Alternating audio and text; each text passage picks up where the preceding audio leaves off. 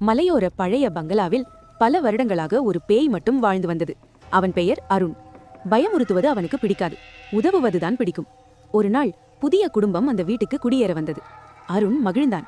இனி தனிமை இல்ல என்று நினைத்தான். பெட்டிகள் கனமாக இருந்ததால் அவன் கண்ணுக்கு தெரியாமல் தள்ளி உதவினான். தூசி படிந்த ஜன்னல்கள் தானாக திறந்தன. மின்சாரம் இல்லாத போதும் விளக்குகள் மினுமினுத்தன. குழந்தை விழப்போகும் நேரத்தில் யாரோ பிடித்தது போல காப்பாற்றுவது. ஆனால் அந்த குடும்பம் பயப்படவில்லை. மாறாக அவர்கள் சொன்னது, இந்த வீட்டில் யாரோ இருக்கிறார்கள், அவரை வெளியேற்ற வேண்டும். இரவு நேரத்தில் அவர்கள் வட்டமாக நின்று மந்திரம் சொன்னார்கள். அருண் கோபமடைந்தான். நான் தான் இங்கே இருந்தவன் என்று கத்த முயன்றான்.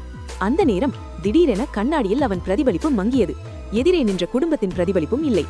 உண்மை புரிந்தது. அவர்களும் மனிதர்கள் அல்ல, உயிருடன் இல்லை என்று. புதிய அந்நியன் வந்ததாக நினைத்து அவனை விரட்ட முயன்றனர். ஆனால் அந்த குடும்பமும் பேய்களே. இந்த வீட்டில் மனிதர்களுக்கு இடமில்லை, பேய்களுக்கே போட்டி. இந்த மாதிரி இரவு தூக்கம் கெடுக்கும் கதைகள் கேட்க சப்ஸ்கிரைப் பண்ணிட்டு பெல் பட்டன் அழுத்த மறக்காதீங்க.